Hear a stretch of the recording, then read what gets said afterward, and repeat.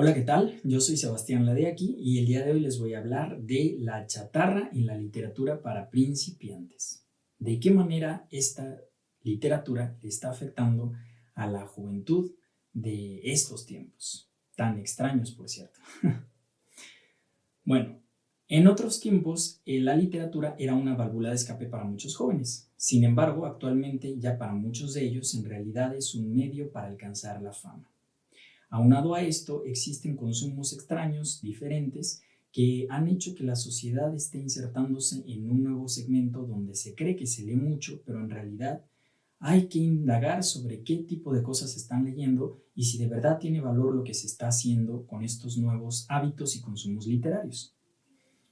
Un adolescente hoy en día lee dos libros chatarra y como existe una conexión inmediata, ya siente que es un gran escritor y se atreve a escribir una larga historia, novelas y con un montón de historias y pues después se enfrenta a la cruda realidad, que reciben rechazo, frustraciones y pues por ende el fracaso. Pero ¿a qué vamos con todo esto?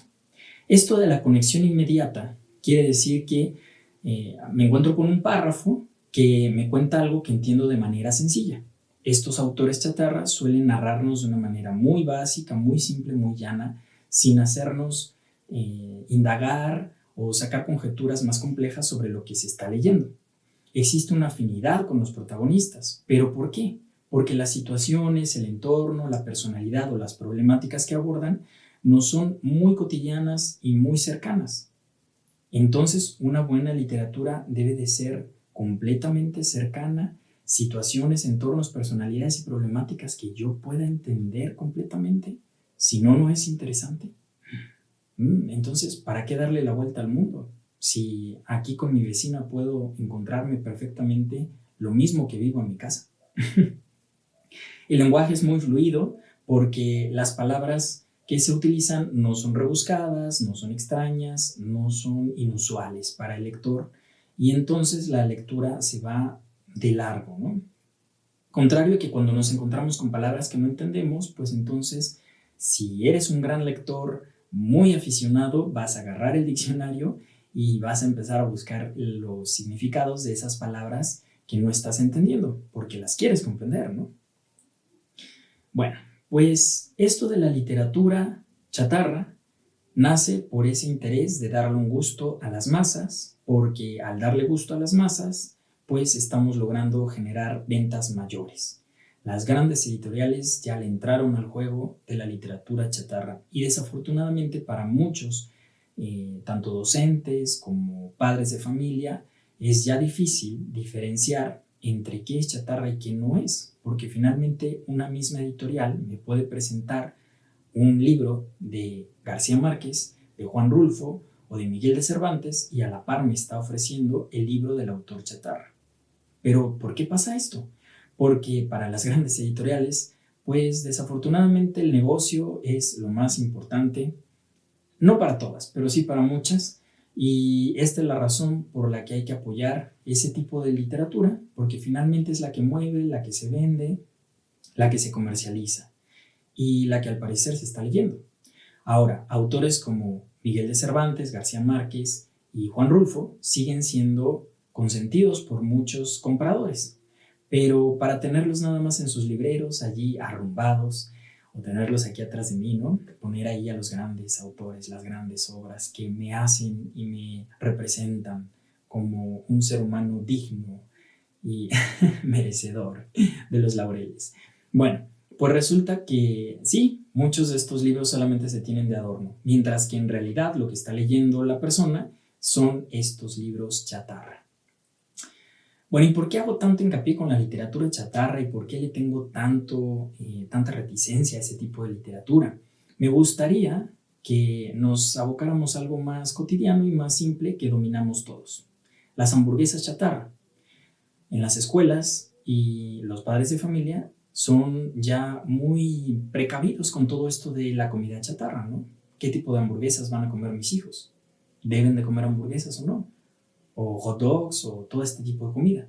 Ahora cuando vamos a la tienda, ¿qué tipo de frituras, golosinas, churritos, papitas dejo que consuma mi hijo o mis alumnos. Y entonces ahí es donde ya entra este juego, ¿no? De por qué sí tengo esa cultura para limitar a mis hijos y a mis alumnos, o limitarme yo mismo como adolescente, cuando al momento de la literatura creo que no debe de haber ninguna barrera, porque finalmente es tan poco lo que se lee que, bueno, ya por lo menos está leyendo algo, ¿no? Pues ya es algo de valor. Desafortunadamente, el que alguien decida por nosotros es algo muy lamentable. ¿A qué me refiero con esto? ¿Qué hizo que el Quijote de la Mancha o que Cien años de soledad o que Juan Rulfo se pusieran de moda entre los lectores? Pues un gran especialista, después otro, luego un grupo, luego un mundo de especialistas definen que esos autores son de valor porque analizaron sus obras, las desmenuzaron. Pero, ¿qué tanto valor tiene este desmenuzar las obras? ¿Es tan difícil poder desmenuzar una obra al nivel de Miguel de Cervantes, al nivel de García Márquez o de Juan Rulfo, por ejemplo? No, yo creo que no es difícil, pero el problema es que nos abocamos a lo llano, a lo plano, a lo fácil, a lo que es cercano. Y eso hace que nuestra pereza mental se quede allí un tanto estacionada y no queramos avanzar sobre otro tipo de literatura y otras formas de deambular, transitar por las letras, sus caminos, sus recovecos que son tan valiosos. Esta es la razón por la que existe rechazo, frustración y fracaso en esos jóvenes que de leer 2 libros chatarra ya de pronto sienten que pueden ser escritores. Y sienten que pueden ser escritores porque sí, efectivamente, los autores chatarra tienen un nivel tan básico que un chico de secundaria podría escribir perfectamente como uno de estos autores. ¿Cómo saber qué autor tiene valor realmente si las grandes editoriales los están publicando a la par que los grandes autores? Bueno, pues básica y sencillamente hay que fijarnos en qué reconocimientos han obtenido estos autores. Que ese reconocimiento que han obtenido sea por una institución que tenga valor, que tenga peso a nivel nacional o internacional, y que en sus países las autoridades, los gobiernos de sus países les den valor, reconocimiento desde las instancias culturales. Todo esto nos hace ver que tenemos un autor con valor. Existen revistas, existen publicaciones donde se busca hacer como una coladera, especie de coladera, para definir y diferenciar a los autores que tienen valor de los que solamente son pasajeros momentáneos. Y de esta manera ustedes van a poder detectar un gran número de autores que de verdad han sido chatarra, mientras que ustedes los consideraron autores de valor para sus hijos y se los aventaron para que ellos los consumieran de una manera desmesurada.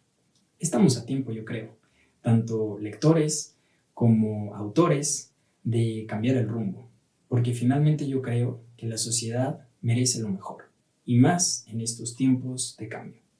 Los espero en una próxima entrega. Gracias.